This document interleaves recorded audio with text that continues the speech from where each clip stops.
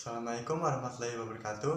Perkenalkan, nama saya Rizky Aditya dengan NIM 0603128242935 dari Prodi Pendidikan Ekonomi, mata kuliah Perkembangan Peserta Didik, dan dosen pengampu Bapak Dr. Andes Iqbal Balian MPD dan Ibu Dewi Pratita SPD MPD. Tujuan pembuatan video ini untuk menganalisis perkembangan kognitif, moral, dan juga emosional pada anak ataupun peserta didik, dan juga untuk memenuhi tugas UAS mata kuliah perkembangan peserta didik. Selamat menyaksikan. Nah, di sini saya sudah bersama dengan narasumber kita, yaitu orang tua dengan usia anak sekolah. Nah, yang dimana saya akan mewawancarainya melalui Zoom meeting. Assalamualaikum warahmatullahi wabarakatuh, Bu. Waalaikumsalam warahmatullahi wabarakatuh. Sebelumnya mohon maaf mengganggu waktu. Di sini saya akan melakukan wawancara terkait perkembangan kognitif, moral, dan emosional pada anak. Perkenalkan, nama saya Rizky Aditya dari Prodi Pendidikan Ekonomi Universitas Sriwijaya. Nah, sebelumnya saya di sini bersama dengan Ibu siapa? Saya Ibu Lelawati.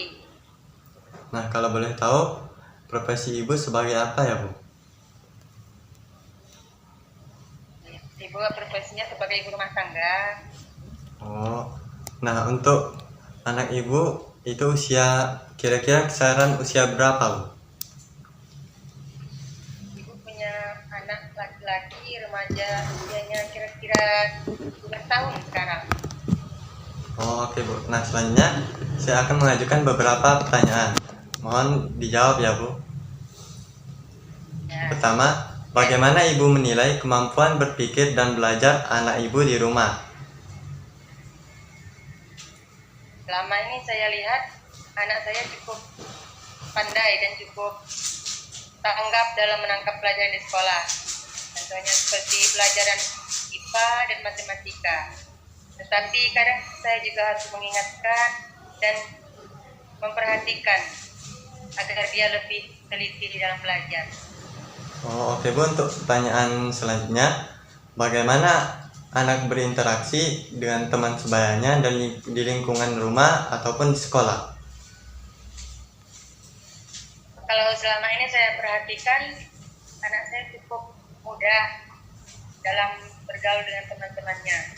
Dia punya beberapa teman di sekolah dan kadang-kadang bermain di rumah saat pulang sekolah. Tapi saya selalu mengingatkan untuk tetap bersikap sopan dan menjaga diri saat bergaul bersama teman-teman. Oke, Bu. Untuk pertanyaan yang ketiga, bagaimana cara Ibu mengajarkan nilai-nilai moral seperti kejujuran, disiplin, dan juga tanggung jawab kepada anaknya? Selama ini saya selalu menerapkan kepada anak saya supaya bisa bercerita dengan jujur dalam hal kecil, dan juga saya beri tanggung jawab di rumah seperti membersihkan tempat tidur saat bangun tidur dan membersihkan sepatunya sendiri. Nah, Bu, untuk pertanyaan yang terakhir, di saat anaknya terlihat mengalami kesulitan belajar atau perubahan perilaku, langkah apa yang Ibu akan lakukan kepada anaknya? Biasanya saya kan menanyakan apa penyebabnya, apakah atau kelelahan, dan berarti suka dengan anak saya. Yang pertama, berikan semangat kepada anak saya agar lebih giat dalam belajar, mencapai kesuksesan di masa depan. Nah, oke, Bu. Itulah tadi pertanyaan saya terkait dengan wawancara tentang perkembangan kognitif dan juga moral serta emosional.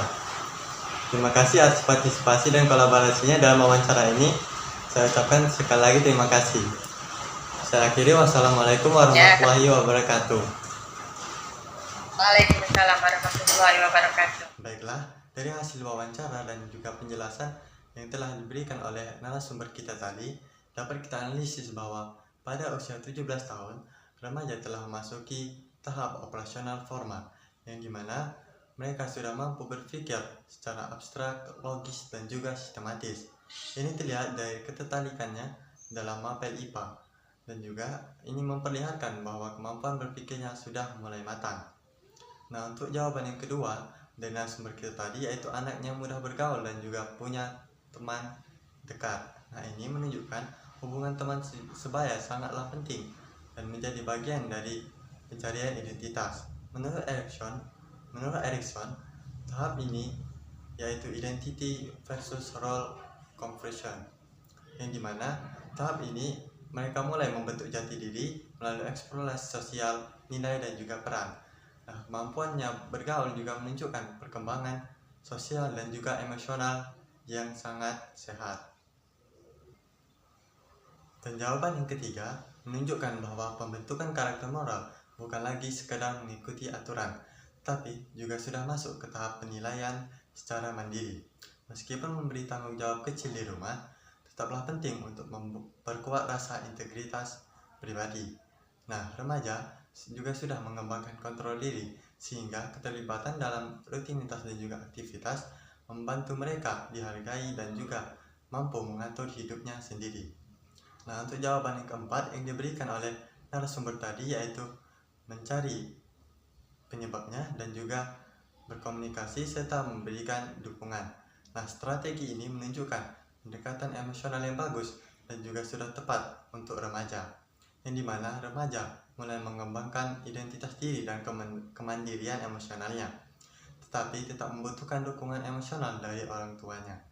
Komunikasi terbuka antara orang tua dan anak membantu mencegah konflik serta mendorong anak untuk lebih terbuka terhadap bantuan dan juga arahan. Tadi kita dapat melihat bahwa pola komunikasi, dukungan emosional, dan juga penerapan nilai-nilai seperti kejujuran dan tanggung jawab menjadi faktor penting dalam pembentukan karakter dan juga kepribadian pada anak remaja.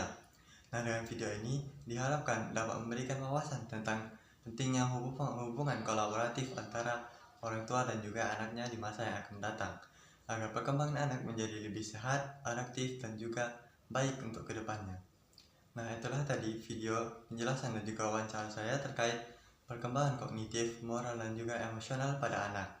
Semoga video ini dapat memberikan manfaat. Saya ucapkan terima kasih dan wassalamualaikum warahmatullahi wabarakatuh.